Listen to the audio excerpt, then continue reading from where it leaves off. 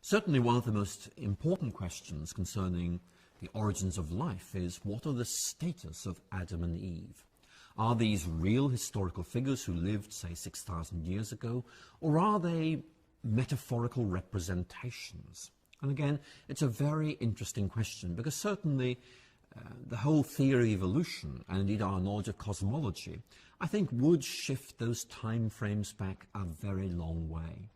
But certainly one can say something like this. There are those who will say that Adam and Eve in some way designate specific historical figures. And I can understand why people say that. I think it makes quite a lot of sense. But for me it makes even more sense to say that in some way Adam and Eve are stereotypical figures. In some way they encapsulate the human race as a whole, with its enormous potential as created by God, but also with its capacity for going wrong. And in many ways, the story of Adam and Eve is a story about all of us. It's about all of us being created with the greatest of intentions and the greatest of giftings, but things going wrong. Each of us can point to moments in our lives when we see this actually playing out.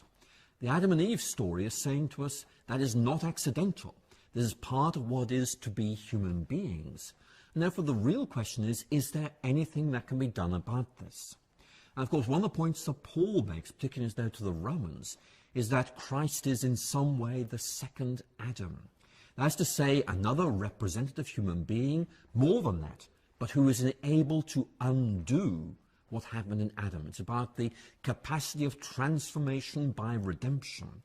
And therefore for me, science really doesn't have a huge amount to say about how we understand Adam and Eve, but all interpretations of the Adam and Eve account have several common features.